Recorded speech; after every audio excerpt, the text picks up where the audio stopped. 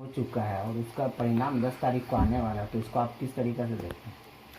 देखिए, इस बार का चुनाव था, ये चुनाव मुद्दों पे चुनाव हुआ है। ये भारत के अंदर, भारत के इतिहास में किसी राज्य के अंदर मुद्दे पे चुनाव होने वाला बिहार का एक स्वर्णिम युग लिखा गया है।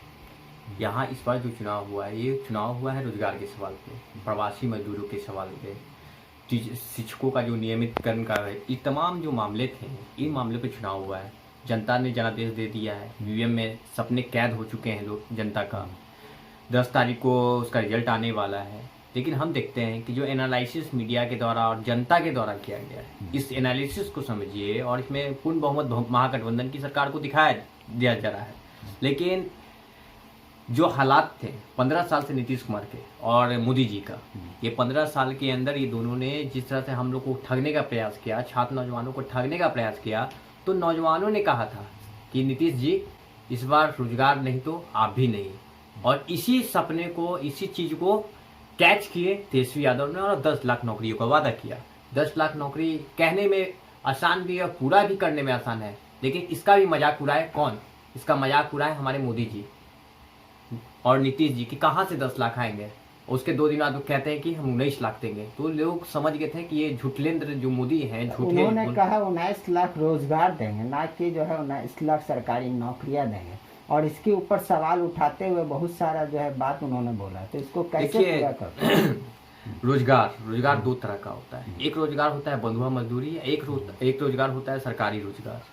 बिहार के अंदर अगर आप देखिएगा तो बंद चीनी मिल है, अगर वो खुल जाएंगे 12, 13, चीनी 14। मिल बंद का तो आरोप लगता है कि महागठबंधन के जो आरजेडी के पहले जो सरकार था उसके ऊपर।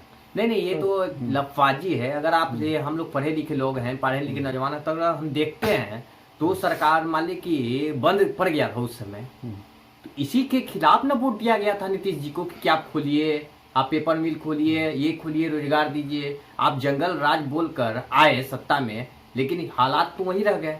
इसके खिलाफ ना आज उनको विदाई तय हो रही है।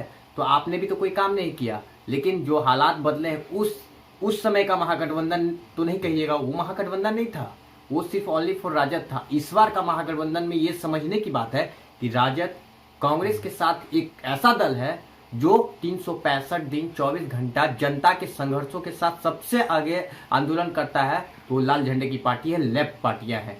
तो लेफ्ट पार्टियां जो जनता के सवालों के साथ 365 दिन रहती थी, तो कहीं न कहीं रोजगार के मैनिफेस्टो को कैसे पूरा किया जाएगा, तो लेफ्ट पार्टी इस मतलब महागठबंधन में है, सरकार में रहेगी। और एक बात आप बोल रहे हैं कि विदाई, लेकिन उनका तो कहना है कि हम एनडीए की सरकार 10 तारीख को बन रही है।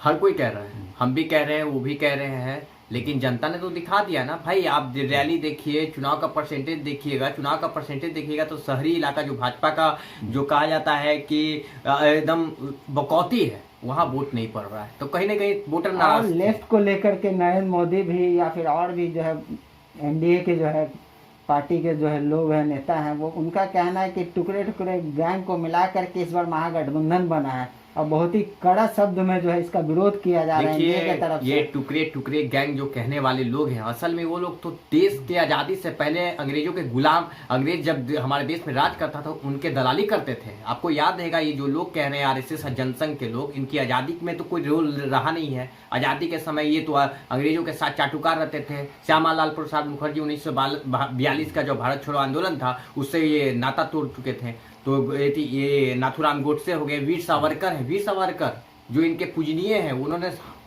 मतलब सैकड़ों बार माफी मांगा था कि हमको जेल से बाहर निकाल दीजिए, और उनको जेल से निकल लिया था और कह दिए थे कि हम भारत की आज़ादी में कांग्रेस के साथ नहीं है। तो ये तो लफबाजी है, ये देश को गुमराह करते हैं कि मुद्दे पे बात न हो। और बात की जाए शिक्षा को लेकर के, रोजगार तो आप लोगों का मुद्दा है, लेकिन शिक्षा को लेकर के आप लोगों का क्या रहेगा पॉइंट ऑफ व्यू? देखिए, लेफ्ट पार्टियां का एक सबसे बड़ा जो मुद्दा है शिक्षा का, वो हम लोग कहते हैं एक समान शिक्षा प्रणाली, मतलब कॉमन एजुकेशन सिस्टम। मतलब इसके अनुसार होता है, अभी का जो हालात है कि नेताजी का बेटा पढ़ने चल जाते हैं देहरादून, और जो हम जैसे गरीब मध्यम परिवार है वो लोग भैंस चराने रह जाते हैं। लेकिन जब स्थिति आएगा तो शिक्षा का जो बात हो रहा है कैसे सुचारू जाएगा, तो इसमें है कि कॉमन सिस्टम प्रणाली, मतलब समान शिक्षा प्रणाली लागू कर गरीबों को भी बच्चों को उसी जैसा दर्जा मिलेगा जिस तरह से नेताजी का बेटा का दर्जा मिलेगा। तो इस और काम करेंगे।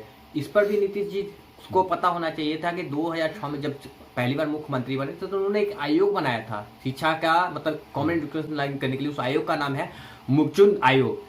आयोग ने सिफारिश किया कि नहीं बिहार में समान शिक्षा प्रणाली लागू करना चाहिए, लेकिन 2014 से 20 हो गया, वो सिफारिश लागू नहीं हुआ। तो हम चाहेंगे कि तेजस्वी जब आएंगे, तेजस्वी सरकार में आएंगे, शिक्षा की बात कर रहे हैं, रोजगार की बात कर रहे हैं, सिंचाई की बात कर रहे हैं, तो जब ये आएंगे तो कॉमन एजुकेशन की ओर आगे बढ़ना चाहिए कि गरीबों के बच्चों को भी शिक्षा मिल सके। और एक बहुत बड़ा अभी कोरोना काल चल रहा है जिसको लेकर के लोगों का रोजगार और बहुत सारे छोटे छोटे जो रोजगार किए हुए हैं, जो बिजनेसेस हैं, उनका ठप पड़ चुका है। ये आपके आगे बहुत बड़ा चुनौती रहेगा जो कि इसको पूरा करना होगा। तो इसको आप किस तरीके से देखिएगा?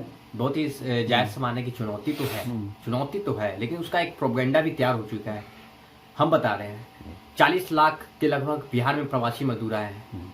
हमारे पास रोजगार का एक सुविधा है मनरेगा, याद होगा आपको, मनरेगा के द्वारा ग्रामीण परिवेश में मजदूरों को नौकरी दिया जाता है। एक तो वो हो जाएगा। दूसरा है हम लोग का प्लान जो बना है कि जो आपको मुजफ्फरपुर का इलाका जो लीची के लिए फेमस है, लीची का एक जो जूसिंग फैमिलिटी होता है उस फैमिलिटी को पूरा करने के लिए कारखाना होगा। आम का जो आप देख रहे हैं कि बिहार में बहुत अच्छा एथी है, उसके लिए कारखाना बनेगा। इससे तो होगा, चीनी मिल खोलेंगे, ये खोलेंगे, तो इस तरह से वो जो जॉब होगा वो मजदूरी नहीं होगा, वो सरकारी सेक्टर में अब खुलेगा। ये समझने की बात है, सबसे बड़ी बात, बुनियादी चीज को आप समझिए कि जो वो काम होगा वो सरकारी सेक्टर में होगा, कोई संविदा, कोई लफाजी करते हुए नहीं। तो रोजगार का सेक्टर हमारे पास एक विजन है, उस विजन को हम पूरा करने की ओर आगे बढ़ेंगे। पटना में लेफ्ट को लेकर के आपकी क्या राय है? यहाँ से क्या विजय हासिल होगा लेफ्ट को? देखिए, पटना का 4 जो शहरी विधानसभा है, पटना साहिब हो गया, बांकीपुर हो गया, दीघा हो गया, कुम्हरार हो गया, जो स्थिति अभी बनी हुई थी, लेफ्ट को मात्र एक सीट मिला था यहाँ दीघा, जहाँ हम बैठ के बात कर रहे हैं, दीघा विधानसभा। और संजीव चौरसिया जो हमारे वर्तमान विधायक है, कोई काम नहीं किए थे, इनके खिलाफ भारी विद्रोह था, भारी आगोश था। इसके खिलाफ देखोगे कि उनका जो एरिया में जो वोटिंग प्रतिशत है वो 11 से 20% है, लेकिन जो महागठबंधन का एरिया है, जो कामकाज का इलाका है, हमारा कैडर बेस इलाका है, वहाँ वोटिंग परसेंटेज 60 से 70% है। तो इस सबको हम देख रहे हैं, तो इस बार संजीव चौरसिया जी को झटका लगने वाला है, ये आप मान लीजिए। और पटना के 4 जो शहरी क्षेत्र में हमें लगता है कि 2 पर तो एकदम 50-50 एकदम बन रहा है इस बार, ये कुम्हरार विधानसभा और ये आपका दीघा, 2 पर तो भाजपा आज भी मजबूत दिख रही है, जो पटना साहिब और बांकीपुर में। लेकिन जो स्थिति बनी है तो लेफ्ट एक ही सीट पे था और वो दीघा था, और बिहार का सबसे बड़ा ये विधानसभा है, ये आपको मालूम होना चाहिए कि बिहार का सबसे बड़ा विधानसभा कॉन्स्टिट्यूएंसी दीघा विधानसभा। वहां पर लेफ्ट चुनाव लड़ा, शशि यादव महिला मतलब थी, चुनाव लड़ रही थी, और उन्होंने सीधे दिन में 3 तारा दिखा दिया है भाजपा वाले का, नींद हराम है। आपका परिचय? मेरा परिचय हुआ आकाश कश्यप, आयशा के रास्ते।